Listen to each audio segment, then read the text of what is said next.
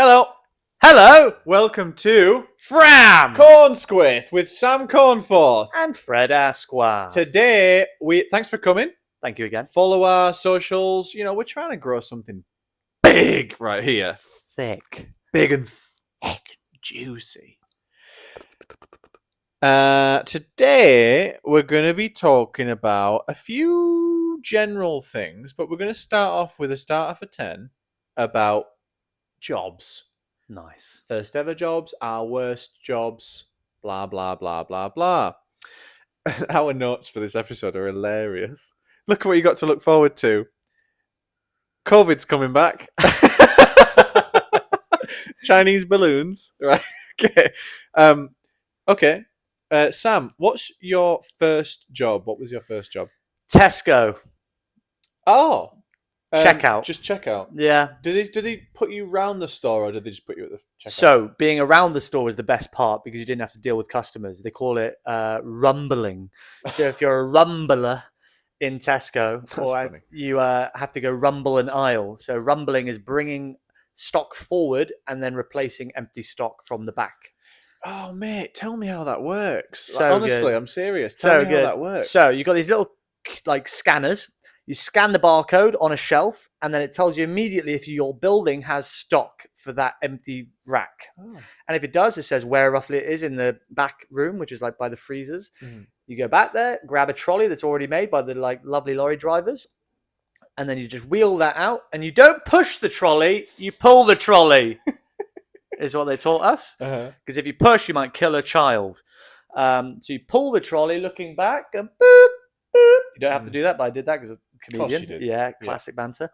Boop, boop, back to the toilet aisle, and then just stacking toilet roll. That was the best because you could spend 3 hours in your own world just chilling. What I want to know is how do they ensure that no out-of-date stock is sold?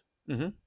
Like, is there a little alert that's like, oh yeah, these shelves have some out-of-date shit on them? Yeah, so these little QR code or barcode scanners will have like warnings and things you can like click on, and it'll say like if you're in like the meat. So there'll be there's like a fruit and veg guy in the green, and there's like the meat produce lot. Right. So they kind of like own those aisles. But in the morning, does it say a report being like, oh, go to aisle 12 because it's all out of date? Yeah, and that stuff will have been reduced anyway, probably the night before. Oh, it's amazing, man. Yeah, it's clockwork. How old were you? 16. I was 16, and my sister worked there, and my mum worked there. Oh, is that how you got the job? You fucking... No, my sister actually got me the job. My sister used to be on another checkout 3 down, and we used to write on receipts while serving customers, like, fuck off, cunt. Oh, yeah. And then I'm like, sorry, excuse me. Jess! Jess! In the middle of Tesco, and then she'd be like, so she's really lovely. My sister, she's like really, really polite, serving customers. I'd be like, look over, and I'd just be... Did you ever do anything on the loudspeaker that was funny? No, but I got the reason I semi got fired, but I quit. Yeah. So that was your first job. Was it your worst job? No. Okay. No. Actually, I want to do mine. Go on, first job, Fred. First job. Yeah, just making sure. Yeah, it was a paper round standard. Nice. Yeah, paper round. That's quite nice. And it might be my worst job, but I'm going to think of another one for that answer. Okay. But basically, I just fucking couldn't stand it. I love it. In the last episode, I was talking about someone having drive. I just had no drive to do this job whatsoever. Where was this? In Scarborough, aka Scarbados. And I just used to get up, and I think I just happened to start the job during a very icy winter. Yeah. So I'd be biking around with this heavy bag of papers and this big yellow bag, and it'd always be wet, rainy, windy, or there'd be ice on the ground, and I would literally slip sideways and side plant on the ground, and I'd get scrapes all over my knees. And I was like, this is just shit. This is shit. And I remember I used to take one particular paper, obviously it was the Sun, to an absolutely terrifying witch of a woman on the main street going down to my secondary school. And I used to hate going there. Bearing in mind I was still 11, still very vulnerable. Yeah. I used to walk up the drive, and almost like throw the paper at her door because she was always stood there with a fag, like 6 a.m. And the way the light used to come off her porch landing thing used to go across her wrinkles, and I just used to be like, I don't know if you're even human. Like, you look fucked. Like, she looked like a witch, a terrifying alien witch. I don't know how old she was. I think she was like 30, but she looked about 90. Do you ever have those things when you're a kid where something just scares you and you don't really know why? Yeah. She scared me a lot. Yeah. And so I was like, I can't do this anymore. Waited for the Christmas tips, which are pretty good. I used to just go and buy DVDs with my money. Yeah. Just go down and buy loads of DVDs. Blockbuster. My dad ended up doing loads of the runs in the end, just because I was sick of it. Then quit. I only did it for like 3 months. Ended up working at Blockbuster at one point. Did you? Yeah, summer job, mate. That was one of my favourite jobs. Really? Towards the end of the DVD heyday, I'm talking quite not that long ago, like 2013. Whoa. Yeah. So like DVDs were going out. Netflix was already a thing. Mm-hmm. But like you still got the people coming in because they liked the experience. Yeah. And I love films, so I just used to take fuckloads of films. You're very good with films, as you can tell. You've got lots of. Yeah, you don't know artwork what the of fuck films. they are. You No, dumb cunt. yeah, no, I don't. No. All right, so let's do best job. I think I might already know this. Best job is what I do now. Yeah, apart from now. Oh, okay. Yeah. Hawksmoor. Yeah. That was for sure the best job. The best character building I feel like I've ever experienced is working in hospitality at that level where it's like chill, almost silver spoon. Is it silver spoon service? What is it called? Like silver. Oh, I never heard that. I know. Well, posh. Oh. Posh, but relaxed posh. Mm. So you can be yourself. You don't have to be a penguin. You don't have to be a white shirt and black tie. Okay. Yeah. You could wear like a funky floral shirt and sit down with the table and chat to them.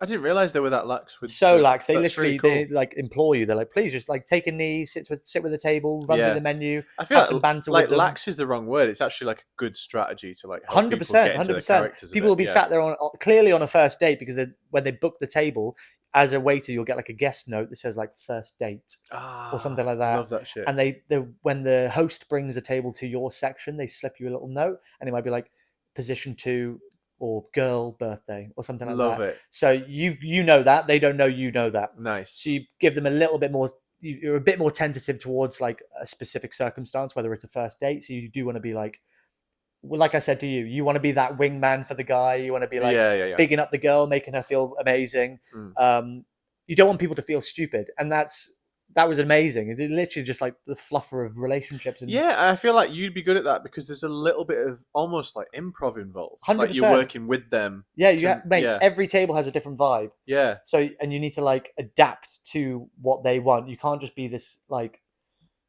robot that walks around like, what steak do you want? I would recommend medium rare. You need to like you approach the table, go, hey guys, do you want a tap water? Do you want still sparkling? And then if they give you nothing, you relax. You make sure their drinks are always topped up, but you don't give them that energy that you initially tested. Yeah. But some tables are like, hey, oh my god, we love Hawksmoor. Please, can you come? Like, and they're like, can you? I had the bone in prime rib last time, but I can't remember what's the difference between the T-bone and the pork. And you're like, you sit with them and you put like your arm on their mum, and the mums are like loving it. They're like, oh, they love it. So and sometimes I feel like waiters have like woken up my vibe with that. So 100%. like I've gone in with the kind of like, I just want some food. But then if they come in positive, I'm like, fuck yeah, I'm happy to be here. Yeah. And it's the attention to detail. Like you have a sip of water. If your glass hits the table and someone's already over your shoulder, like you're like, whoa. Yeah.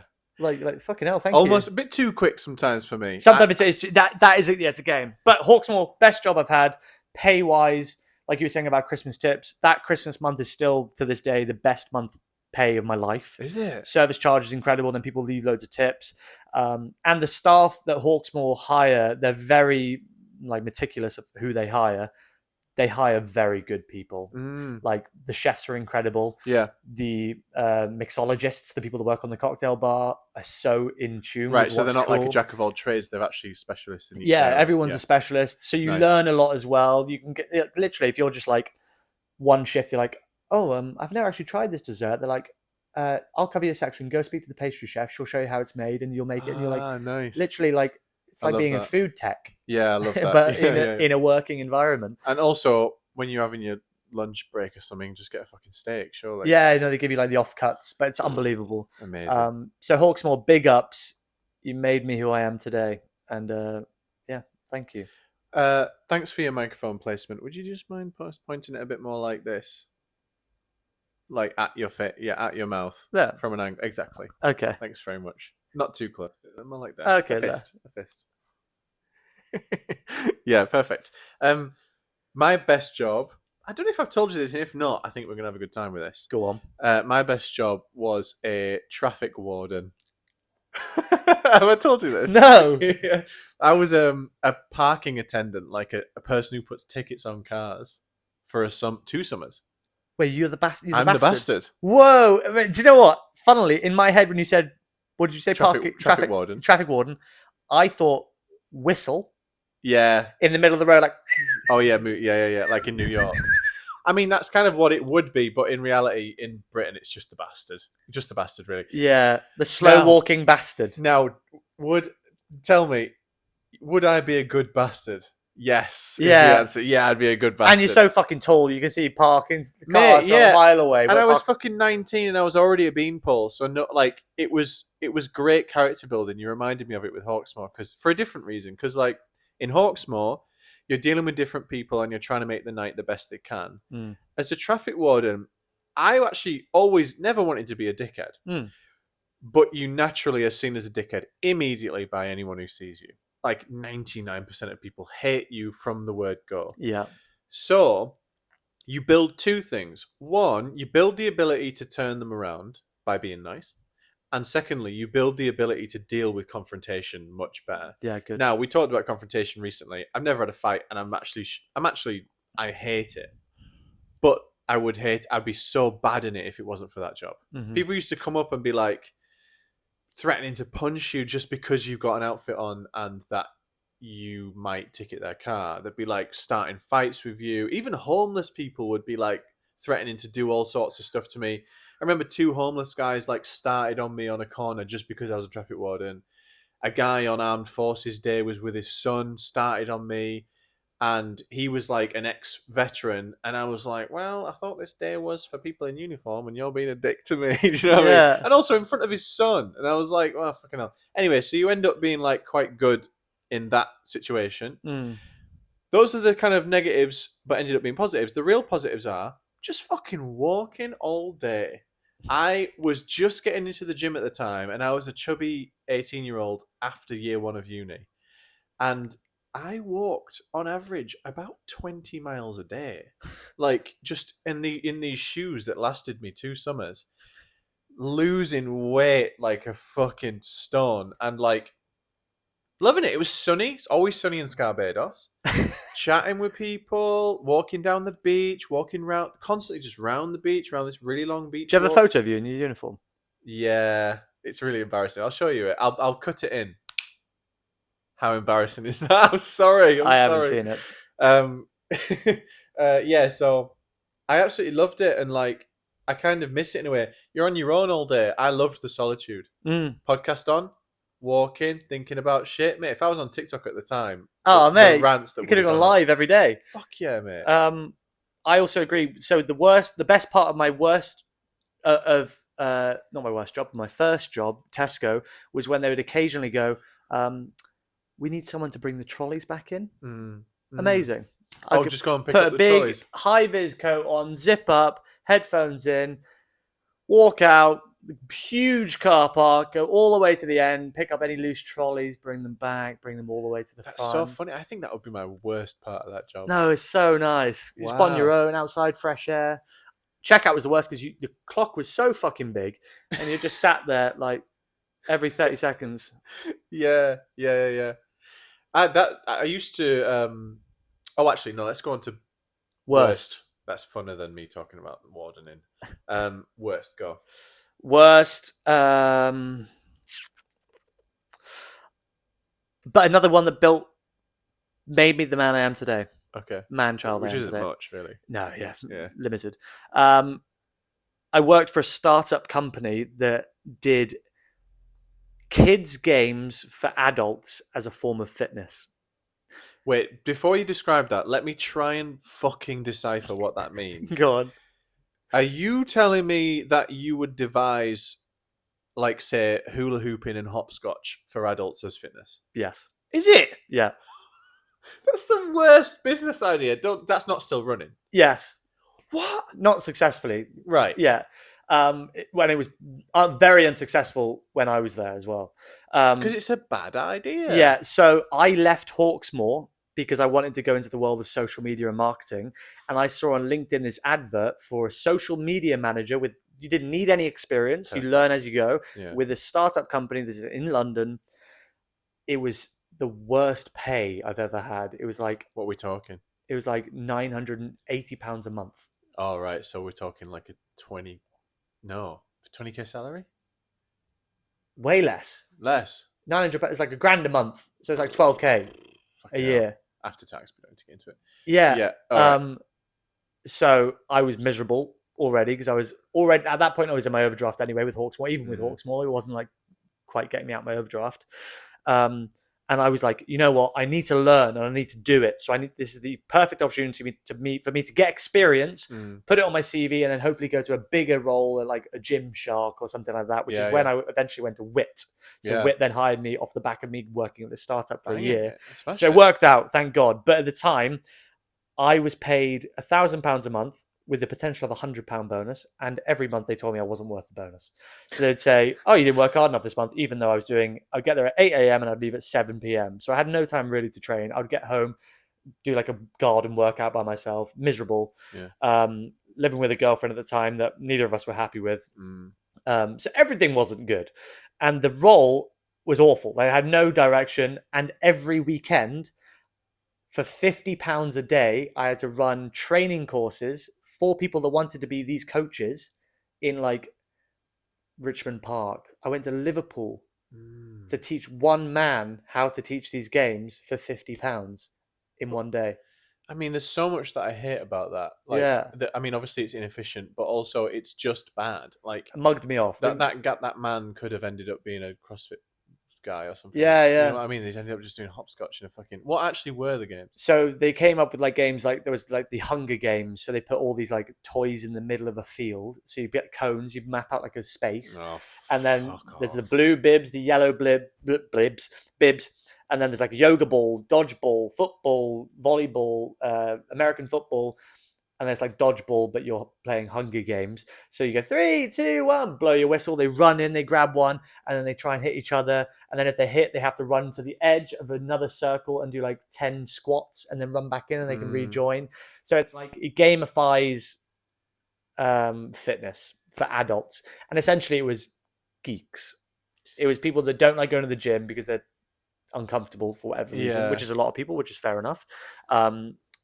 But these geeks knew the rules better than the coaches. So if you didn't adhere to the perfect Hunger Games rules, they would put their hand up in the middle of the game and be like, "No, last time it was 15 squats. She's only done 10." It's almost like gets into cosplay territory. Weird, you know what I mean? cosplay cosplay fitness is essentially what it was. You know when something fills a niche and it's like well done, but it actually didn't need filling. Yeah, there was no hole. No, Stop trying to fill it. Or maybe there is a hole for a reason. Just leave the hole. Yeah, leave it there, mate. Yeah, leave it there. So that was my worst job. My worst job. Again, this time's flown by the way. We've already done 30. Whoa. Yeah, my worst job was I hated working in a cafe on the edge of a cliff. Probably my second ever job actually, when I was about 14, and I was literally just a pot washer in the back. And sometimes they get me to take out a sandwich, and I was a really shy kid, and like I hated even doing that. How old are you? Going to drop the sandwich about 14. Mm-hmm. Yeah, and so washing pots and like getting all scaly hands from all the chemicals, and I hate the owners were nice people, but just like it was one of those family-run places where like they knew all the customers, and they were trying to become friends with me, but I was a shy kid, I didn't want to talk to them. I'm in the middle of nowhere, so I had to get probably like an hour bus around the moors just to get to this one cafe. Nothing else. Bikers used to bike to the cafe and then bike away. Yeah. And I'd get paid like 12 quid or something. I'd go there for like 2 hours. Okay. You know what I mean? Yeah. It's just like, what the fuck? It was just fucking shit. And it was right when I don't know why I did this because Google existed, I think, but like this text service had started called Q&A or Answers or something like that. Mm. Do you remember anything like that? No, And you would text it a question and it would send you an answer. maybe. But like looking back, I would spend £1 per text, and I would end up trying to like beat the system and text it really hard things. Obviously, like what's the meaning of life and all this shit. It's like ChatGPT, no. Yeah.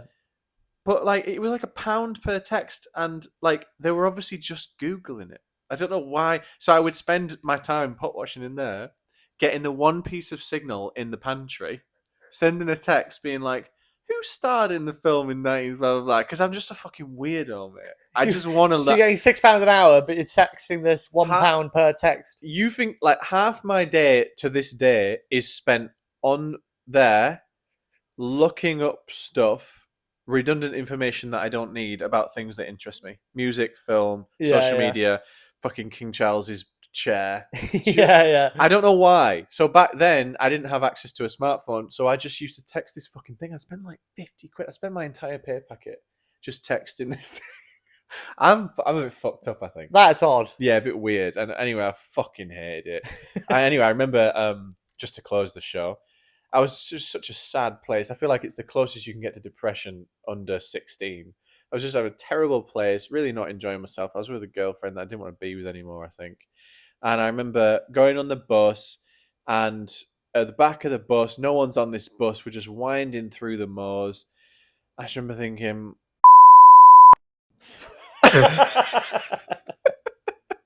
I did not. I honestly didn't expect that. texted all the Q&A things. Oh God! How often can I You're wank an odd without dying? 14-year-old. And I just went, oh mate, that was just a shit fucking job. Nice. Thank you for coming to Fram Cornsquith with Sam Cornforth And Fred Asquith. We'll see you next time. Oh, good click. Really good click. We should do that every time.